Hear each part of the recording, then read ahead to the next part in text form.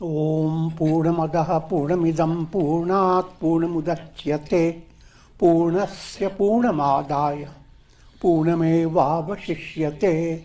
Om Shanti Shanti Shanti. Om Brahmanandam Param Sukhadam Kevalam Jnana Murtim Dvandvatitam Gagana Sadrisham Tattvamasya Laksham Ekam Nityam Vimalamachalam Sarvadhi Sakshi Bhutam Bhavatitam Trigunarahitam Sadgurum Tam Namami. Om. Adorations to Sadguru, who is Brahman, the giver of supreme bliss, embodiment of pure consciousness, one without a second, vast as the ether, infinite, eternal, beyond the three gunas and their modifications, the supreme preceptor. Yoga Vasistha, Upashama Prakarana, and section number is 21.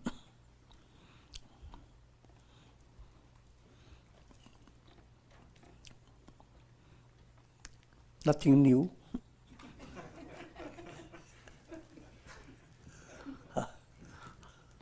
How to attain enlightenment. That's the central theme of Yoga Vasistha. How to bring profound change in your mental process.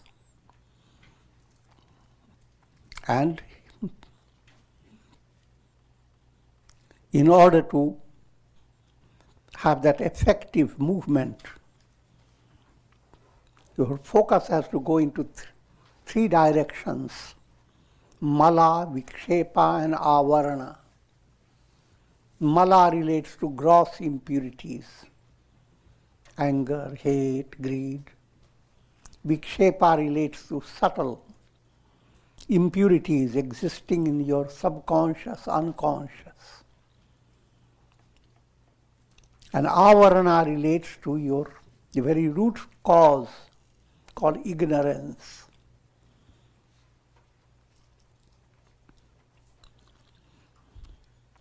In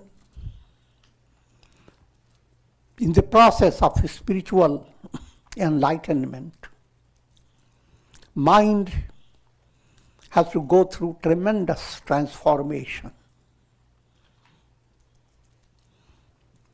backed up by listening, reflection, meditation, and your practice of integral yoga in daily life. In brief, sadhana has to be effective to bring changes in your mind. With that, as we continue, we'll go on giving you more insight. When the mind is filled with bliss, the whole world seems to overflow with nectar. Very simple message. Don't become too concerned with the problems of the world and the idea, let me be selfless, let me solve their problems, then I will sit down and solve mine.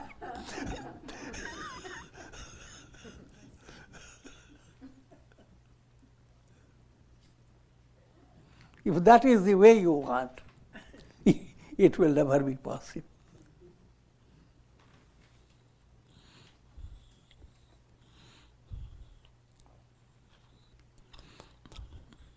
Simple parable is told to explain this point.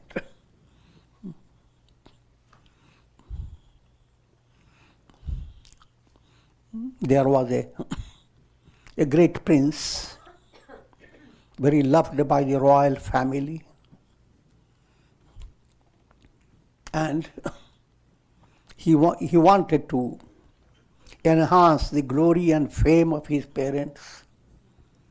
So he wanted to see his whole capital city so well arranged and well set in his mind, then his parents will go viral, will get so much publicity.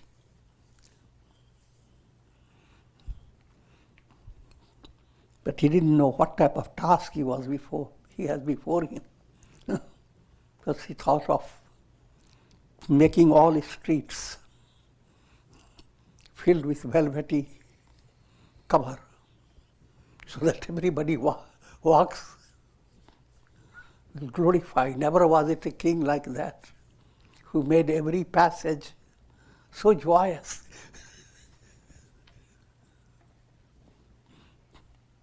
I will not go into too much detail. The idea is he became exceedingly frustrated until his guru told him, all that you have to do is a very simple job. Put shoes on your feet, velvety shoes. Then wherever you go, it will be all velvety.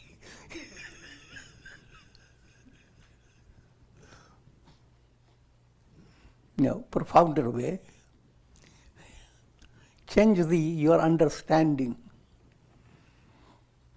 You don't really change it, restore it.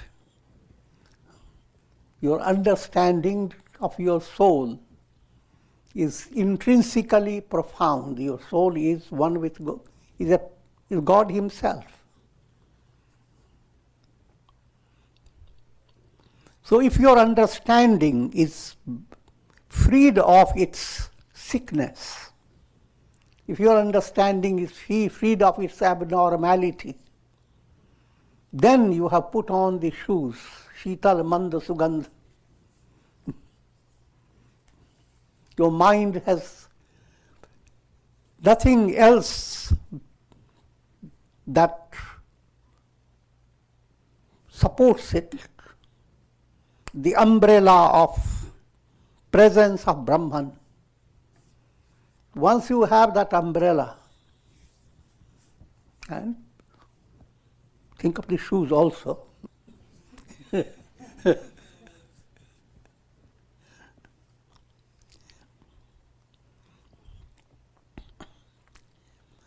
The world of misery doesn't exist. Put it another way, if you have that enlightened state,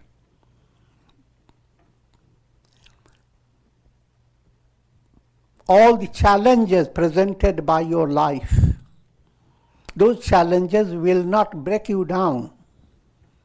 They will make you shake, but not bake. Shaking is good. See the trees shake, how wonderful it looks. And in the shaking process, they become stronger and stronger. That's the purpose of being a yogi, being a spiritual. Not to develop a kind of expectation in future that you will have no problem at all. No problema.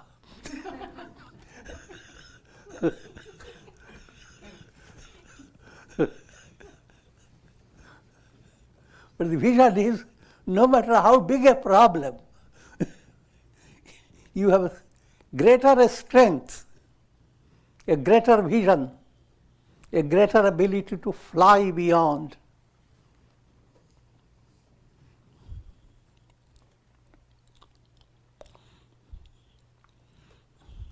So, if your feet are covered with soft leather shoes, no matter where you go, you find softness at every step.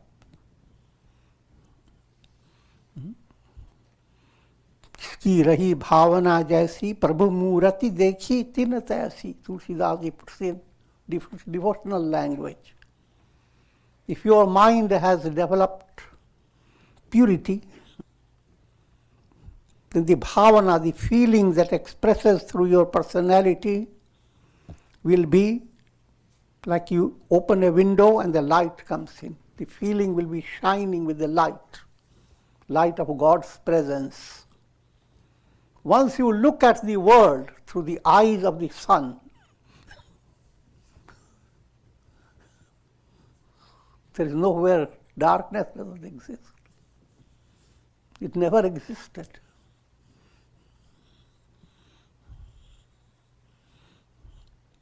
And that again, when I'm stating that, that's the climax. Your spiritual movement is progressive.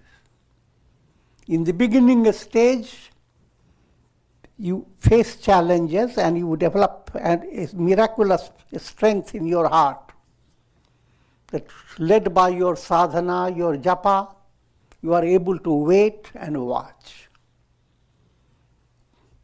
And while you wait, you are not allowing the mind to sink in dejection, but rather be fluttered with imagination.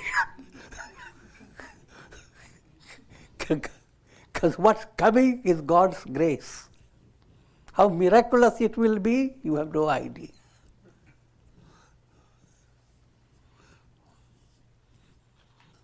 So do not trap your future by your limited mind. Leave the future free and learn to wait, do your sadhana, wait, watch. Because what you are going to experience cannot come within the range of your thoughts and imaginations. Anything that comes within the range of your thought, this is what I want to be, you must realize this is just a very biggest stupidity.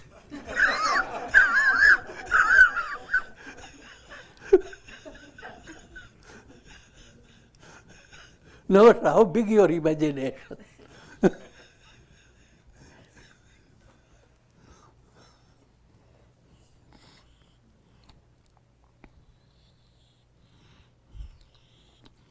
In the same manner, if your mind is enveloped in the soft leather of spiritual vision,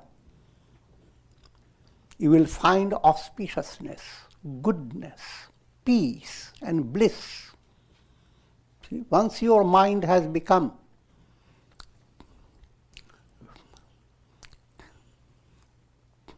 well nourished by devotional vision, that all things in this world have a divine backing. Life has a divine purpose. Your adversities are not really adversities. Even death is not a cursed situation. I'm leading you to a bigger range. But the idea is Godward movement frees you of all agonizing thoughts.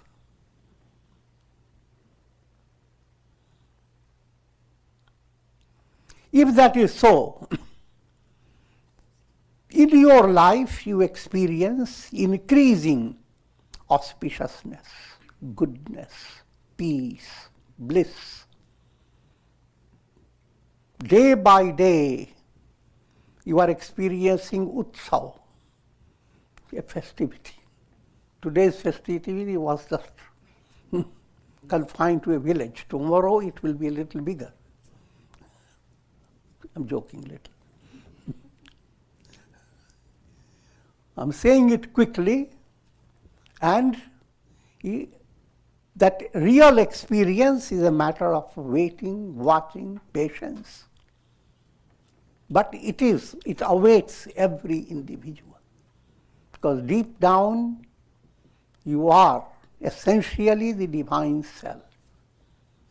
Truth shines. And that truth is going to shine whether you want it or not, doesn't matter.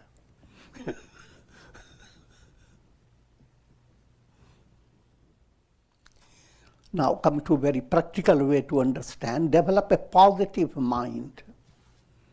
And even though it doesn't seem very positive, allow the positive thoughts, positive words to enter your mind.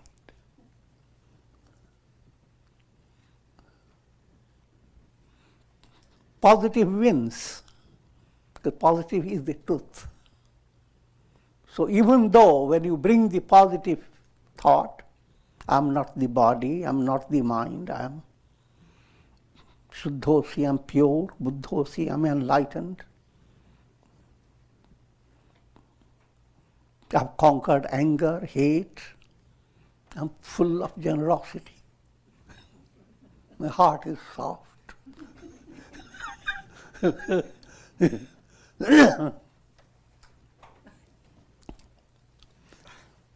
Though this may seem like you are not sincere, but mystically you are not only talking about sincerity, this is the truth of the matter. You are essentially divine. So whether the mind likes it or not, you create a whisper of the truth. That's the whole sadhana's foxy method.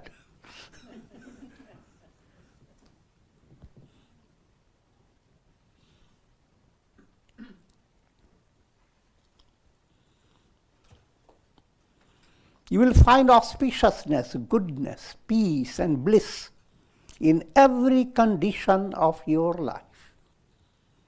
While facing prosperity, you will find same thing. Adversity, you will find same. Sometimes, surprisingly, in adversity, you will find more touch of God within yourself than in prosperity. But that doesn't mean that you work for adversity.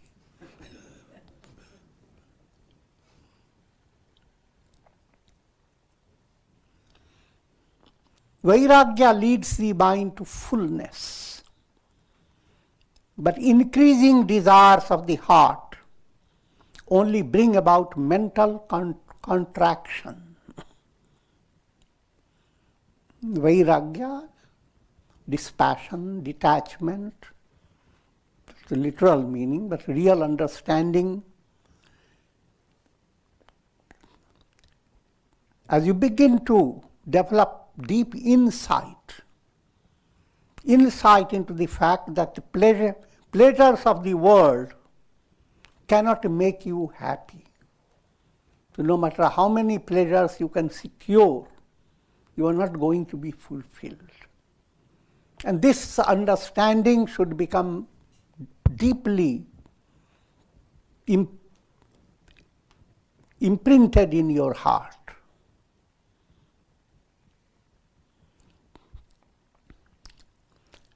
Again, the movement is progressive. As you go on assimilating the great truth, that the world is like layers and layers of illusion. And as you go on breaking the layers, there is the internal fullness. You become better and better.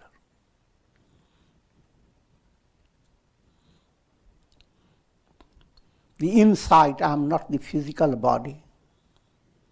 That's one layer. The insight, I am not the senses, not the vital forces. The insight, I am not the ego. All that I am keep saying quickly, but that's what all the layers of illusion you gradually begin to transcend.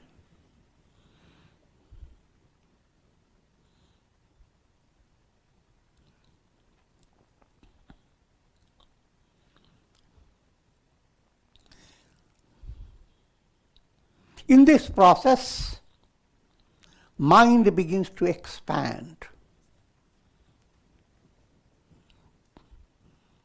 But when you continue to hold on to illusions, I am the body, my happiness depends upon buying that house and having a particular car. I'm joking, but that's to understand. If that is so, your mind has become so restricted. It's become narrow-minded. On the other hand, you have experienced the joy of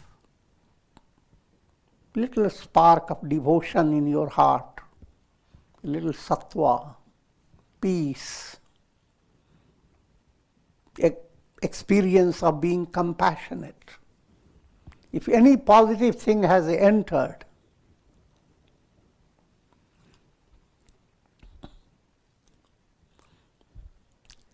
your mind now expands.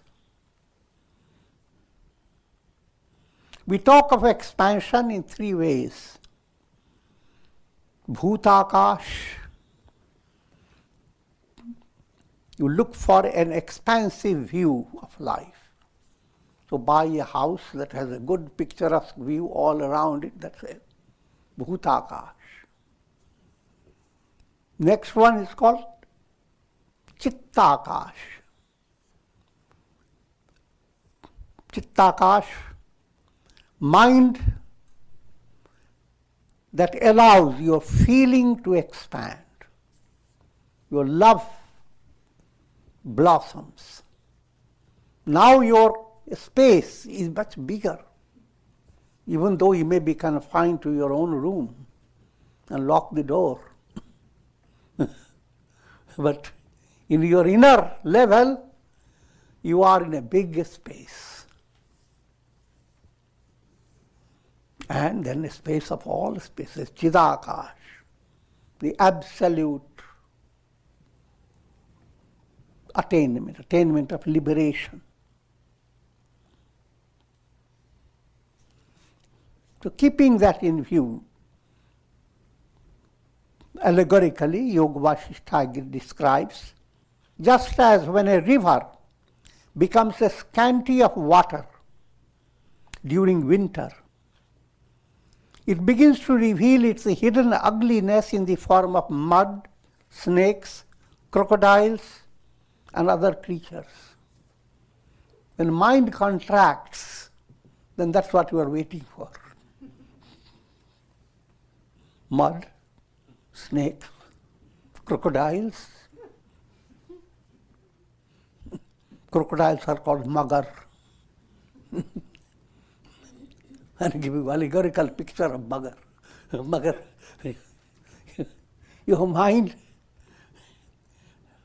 never allows you to feel settled.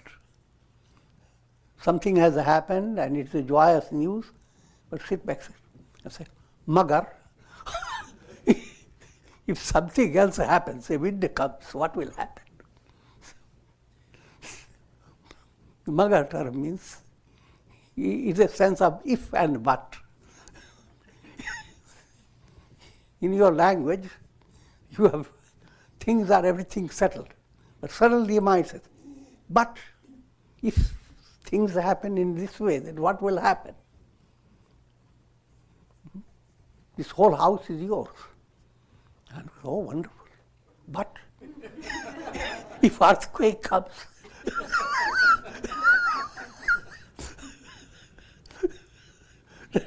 but has entered like an alligator, crocodile.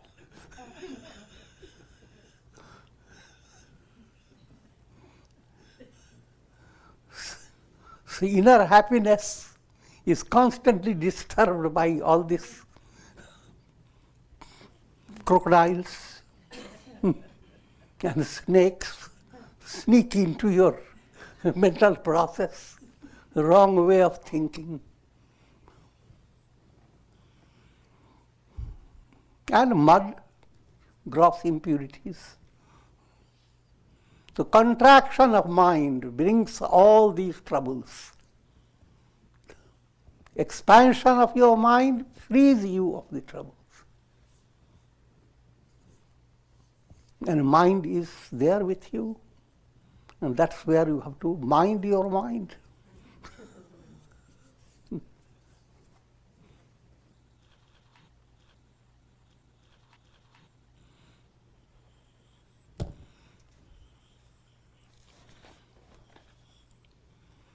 When the mind is led to its contraction by increasing desires, cravings, attachments, it becomes abundant with impurities such as anger, greed, pride, egoism, selfishness, violence, and various forms of evil. All that is described as asuri sampat, the demoniac qualities, they begin to develop.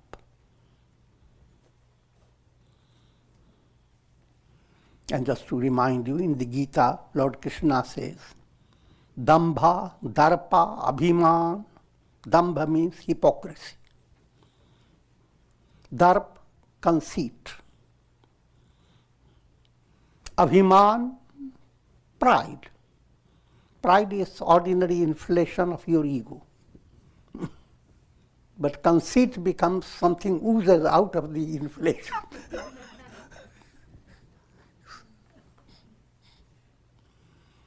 Krodh, anger. Parushya, harsh words. And ignorance.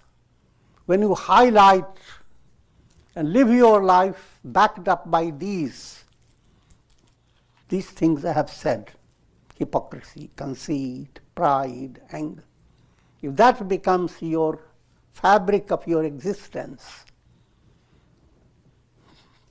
then your name is Asur. You are a demon.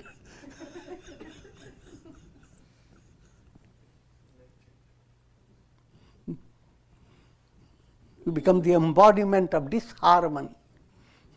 Asur is a musical word. Sur being in harmony.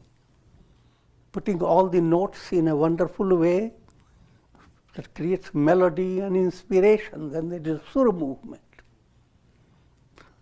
But when they become disharmonized, then becomes Asur movement. So Davi's Asuri Sampat makes you Asur. Out without harmony, without integration. Davi Sampat brings you in harmony.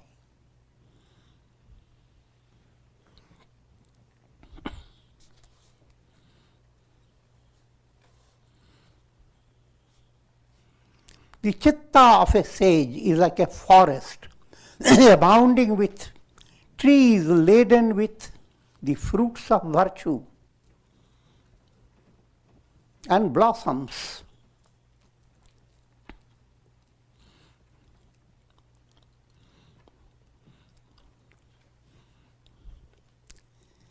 The same chitta, same mental process that creates asuri sampat, the negative demoniac qualities, the same mind now begins to create blossoms.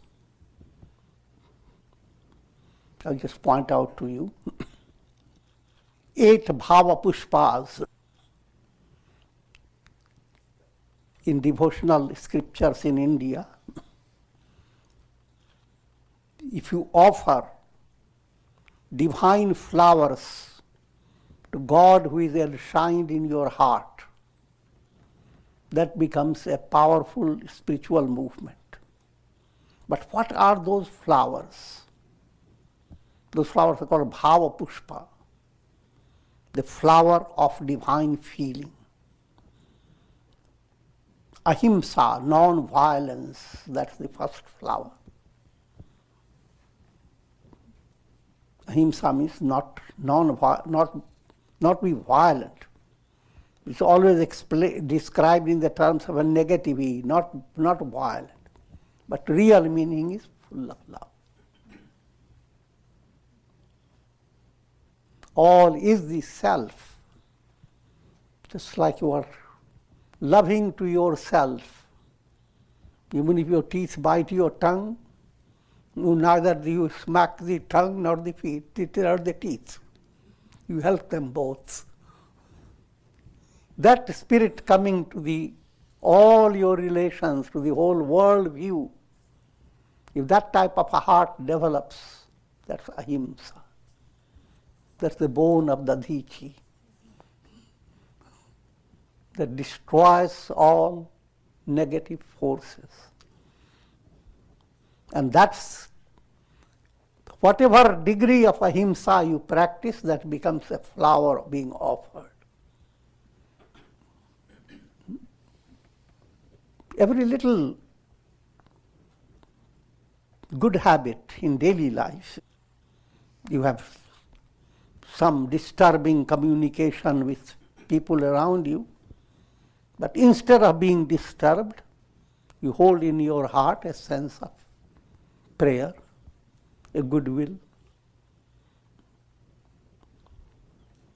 and find an opportunity to do good to the person who has been inimical, as it were, and bring a transformation. I'm giving you a broad view. It's not an easy job, but that life requires art. And art can be very simple and joyous. But you are not an artist, it's a very difficult thing.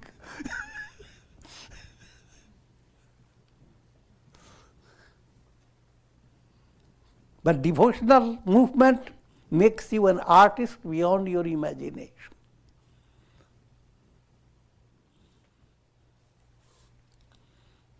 The chitta of a sage is like a forest abounding with trees laden with blossoms.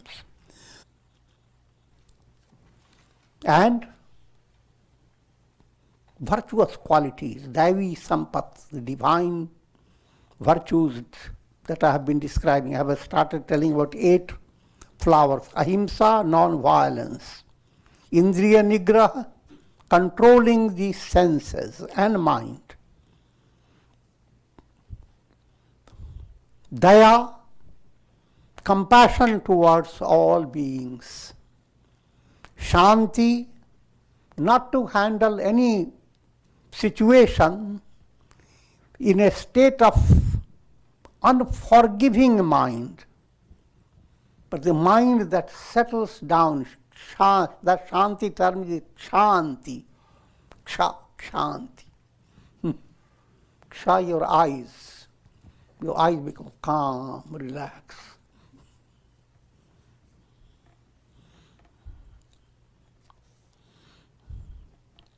Shama, serenity. That's another flower. The spirit of austerity.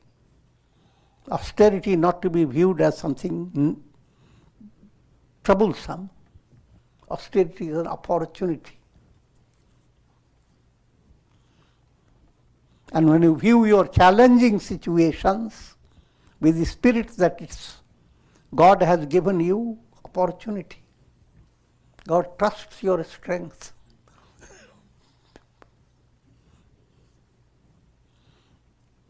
Dhyan, meditation, that's another flower.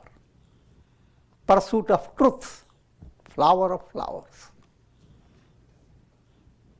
So these are the flowers that blossom. Your mind is after these flowers.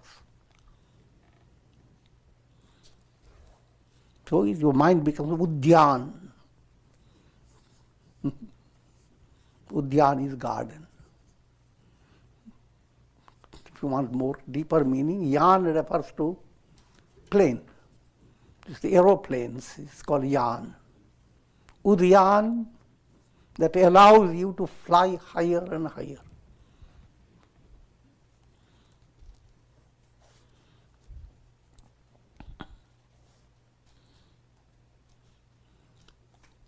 But the chitta in a person who is unenlightened is like a desolate orchard that has been plundered by restless monkeys of anger, greed, hate, and lots of cravings.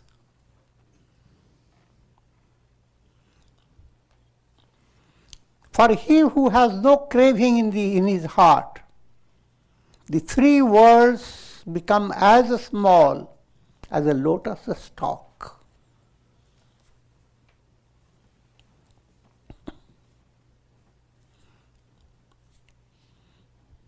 Three worlds means all your possibility for gain and for fortune depends upon your 3 planes, the physical world, physical reality, your sentimental reality, and your reality based on your understanding.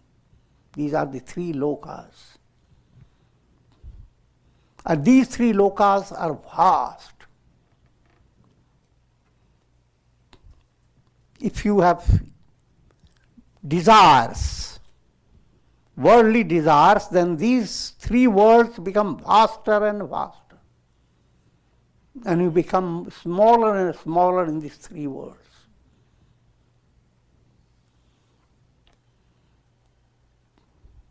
On the other hand,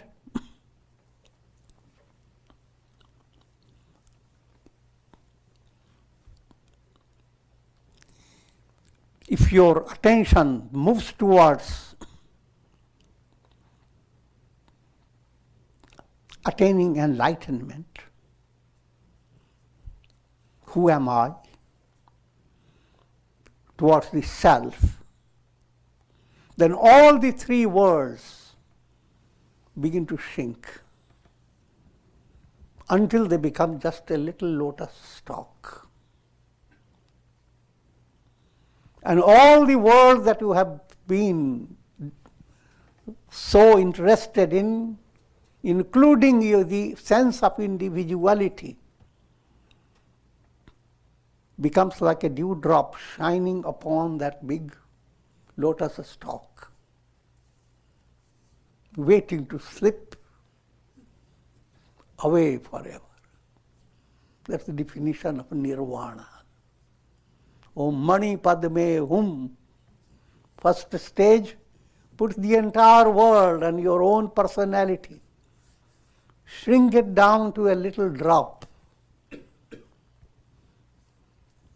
and settle it on a lotus. All this should be done on a lotus type of under feeling. Once you have come to that state, sublimation occurs automatically. Poetically, the drop slips into the shining sea. That's the poetic way of describing liberation.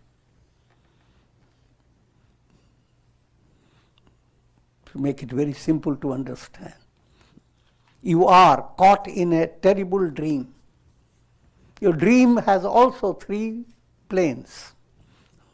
What you see, what's happening in your dream, what is happening in your heart because of your experiences, and what's happening in your thoughts. All the dream, you see how big it is. But when you begin to wake up, all the three worlds of the dream becomes a tiny drop. And you sneeze.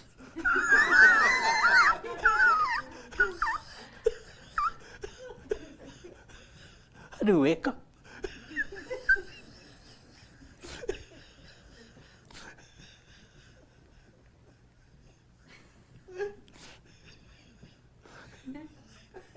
Can you bring yourself to a state, a mystic state?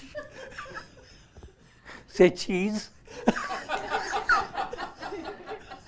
and sneeze. The world is out forever. Goodbye to the world.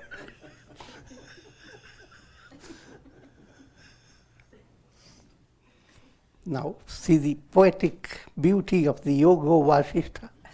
That same thing is being described in a very allegorical way. For him, thousands of miles shrink into the space covered by a cow's foot. And thousands of ages contract into a moment.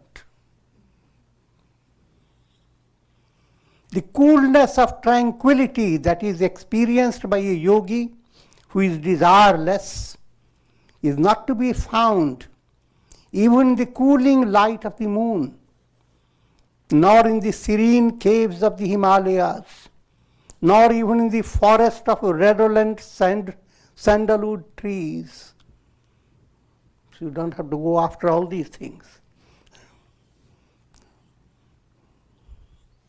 The beauty of the desireless mind far surpasses even the beauty of the full moon, or even the beauty of the milky ocean wherein Lord Vishnu abides.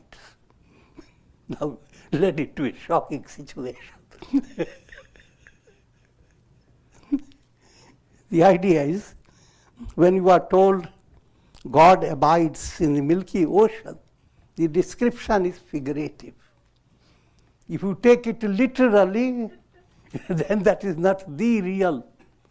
The real one is million times greater than the description of the Milky Ocean, of Sheshanag and all that. All the description is meant to help your mind by giving allegorical picture. The allegorical picture matching up with the need of your mind is not the God. But that doesn't mean that your upasana is defective. No, continue with your worship of God through that limited form, with the deeper understanding that as you advance, the reality will reveal. Your mind itself will undergo a change. And what you are meditating upon will not stay in the same stage. You are going to rise beyond. It's just like out of an egg, you are going to jump out of it.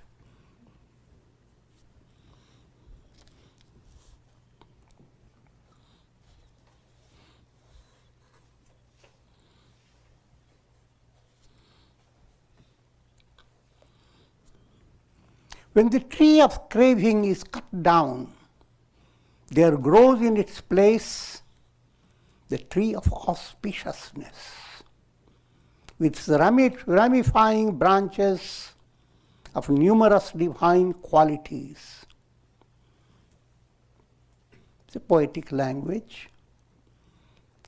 Craving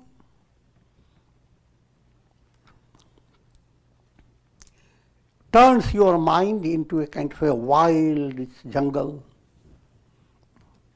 with a lot of uncultured monkeys and snakes and vultures, hawks.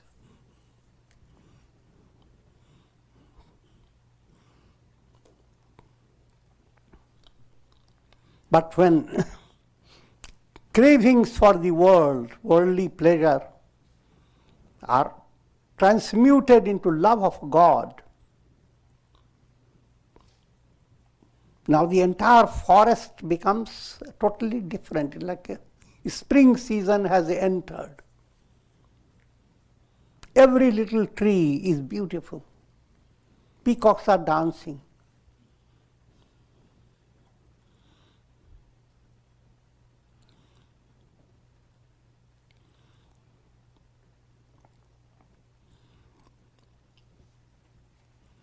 As the desires of the mind dissolve, yogi develops vairagya.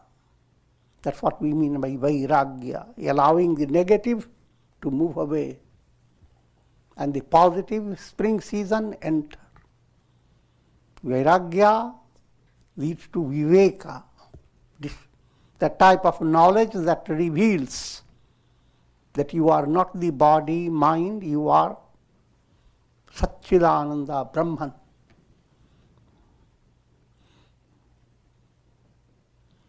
Craving is like an inauspicious owl that forebodes misery in the form of poverty, disease, sickness, and death.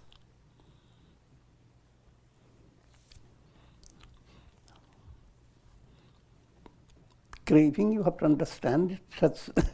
It simply relates to thirst for worldly pleasure, bhoga-based mind. Bhoga-based mind will not allow your soul to be liberated.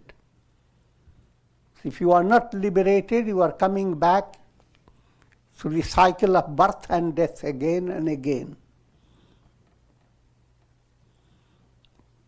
And what the cause of all that is craving. Sanskrit word for craving is trishna. Trishna is a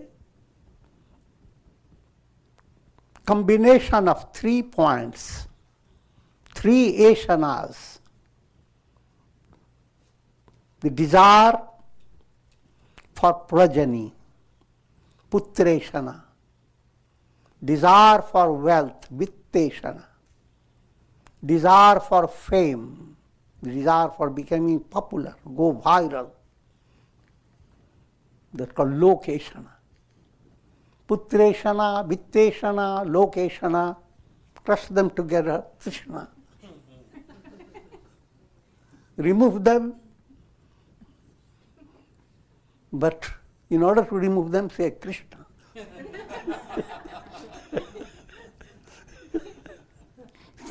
All the three have their basis in God. So recognize God behind all this. So Krishna is ousted by Krishna.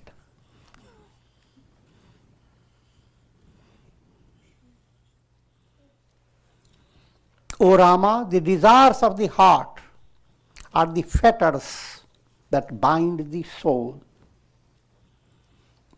When we talk of fetters, granthis, three granthis. Granthis are knots of the heart. Karma, kama, avidya. Karmic bondage, you are knotted with karma. That means your soul has to have a physical body in order for its evolution. That's knot of karma.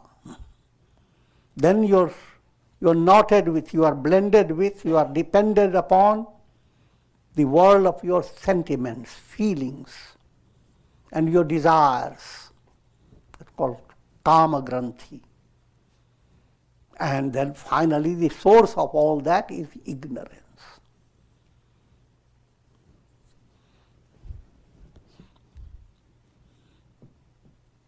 And ignorance plays a vital role in human being. You intentionally like to promote ignorance. Someone invites you, come to satsanga. You will understand your problem better. You say, oh no, satsanga. Last time I had a very bad prasad there.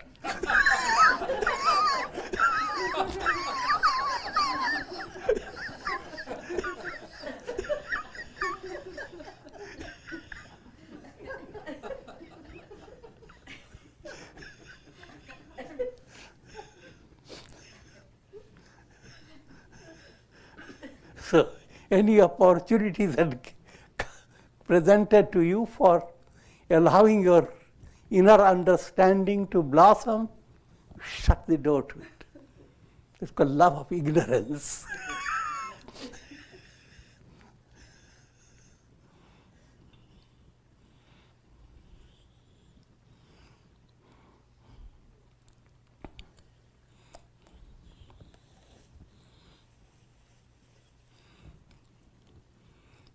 We are entering into the next section, section 22. And it opens up with the story of Bali, not Bali, Bali, King Bali. King Bali's dispassion and his recollection of the teachings he received from his father. This Bali story is highlighting totally different from what you read from other scriptures. The mention will be there, but what you are being brought out is other scriptures deal with the parable aspect. Here, the philosophy aspect.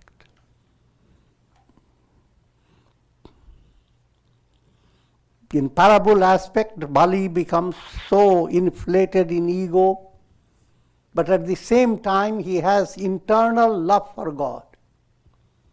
God comes to him in the dwarf form. He ends up being absolutely surrendered to God. The Vamana avatar plays his role. But what's the real meaning behind all that?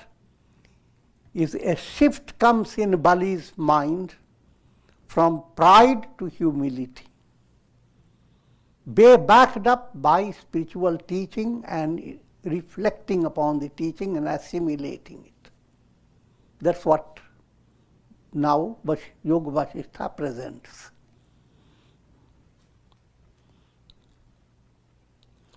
O Rama, hearken to this story of King Bali, which will enable you to attain wisdom and enlightenment. By the force of a sudden awakening of his spiritual reflection, King Bali attained enlightenment. You too must attain the same. Of course, the style of teaching. Vasishtha says something, Rama becomes deeply interested. Rama said, O sage, by your grace, I have acquired supreme peace within my mind. The clouds of craving have dispersed. I am like the ocean of nectar surging with boundless joy. However, O sage, I am never full or satisfied with your nectarine stories.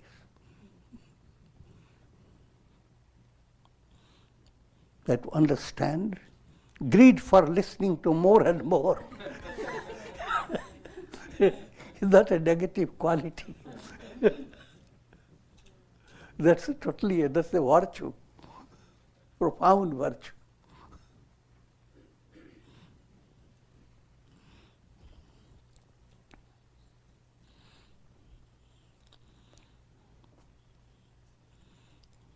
So Rama asks, O glorious sage, relate to me the manner in which Bali, who was the king of demons, came to acquire the transcendental truth. Says Vasishtha said, O Rama, attend to this most enlightening story. By listening to it, you will attain the knowledge of the self. In this world system, there is a plane of the nether world known as Patala. It is inhabited by multi-hooded serpents as well as by numerous demons and other beings. This is old style way of making the story more interesting and suspenseful.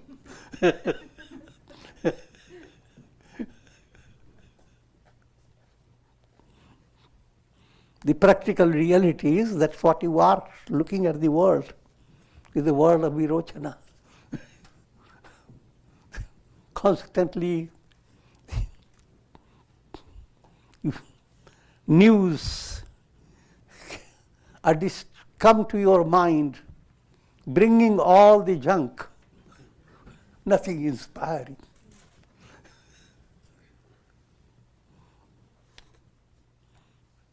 Once upon a time, King Bali, the illustrious son of King Virochana was a sage, became the monarch of the demons.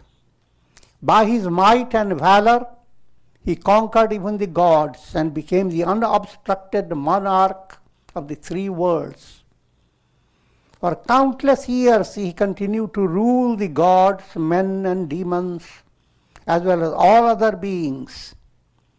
He enjoyed a life abounding with all types of pleasure.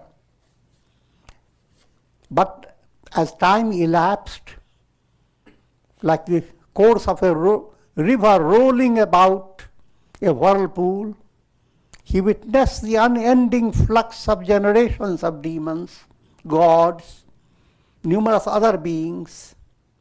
Gradually, a spirit of distaste towards all enjoyments began to unfold within his heart. In a storyline, as if he watched all for years. Simple message. Read the history. Before your eyes, you have all the descriptions of big people, how they came, how they died.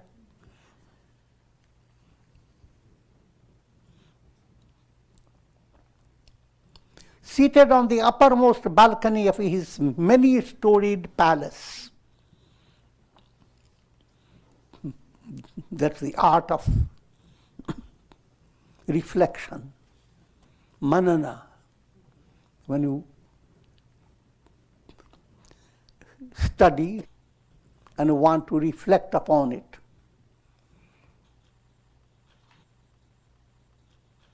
allow your personality to become relaxed.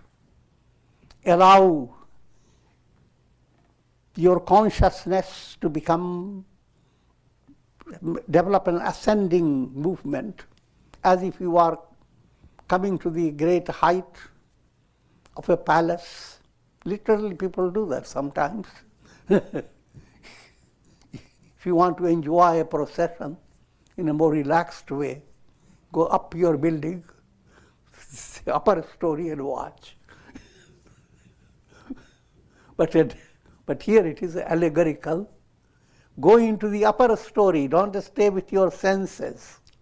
Don't stay with your troubled emotions. Go up and up.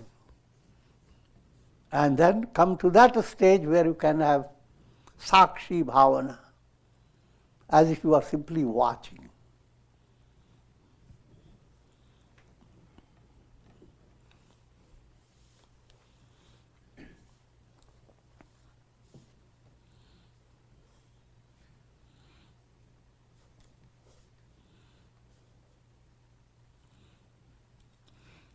He gazed upon his empire and began to reflect.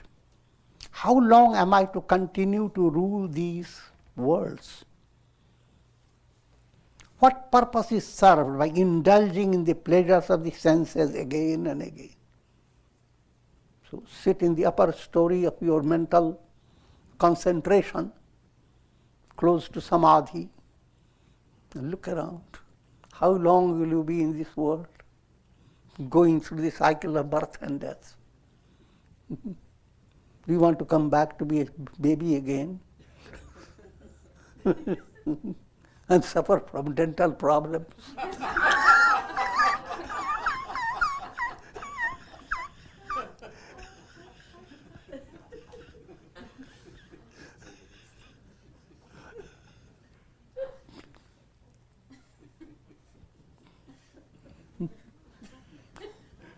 And look at it, that you have already gone through so many of them.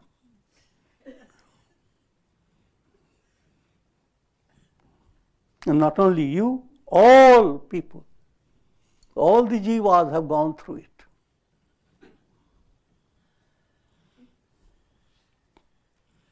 These sense enjoyments are delightful only when the mind is overpowered by ignorance and lack of thoughtfulness.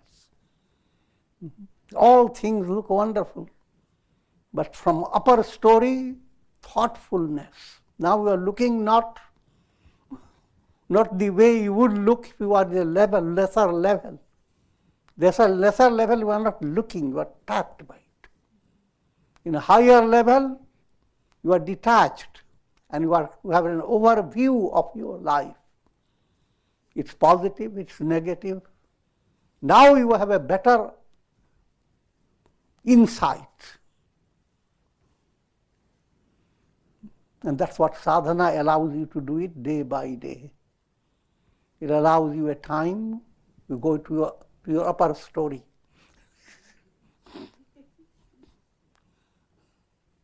And look through the window, invoke the sun. And now you gain certain inspiration. Living in a very busy life, sometimes you don't record your inspiration, but your inspiration enters your unconscious. So your meditation, your japa never goes in vain. And it works wonders in your life. So with this we'll conclude.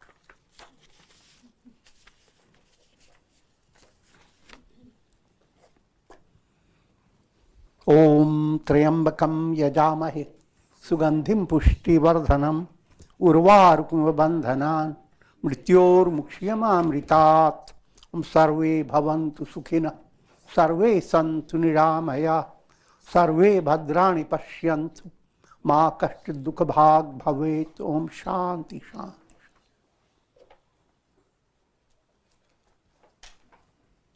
ओम श्री रामाय नमः। नमः शिवाय।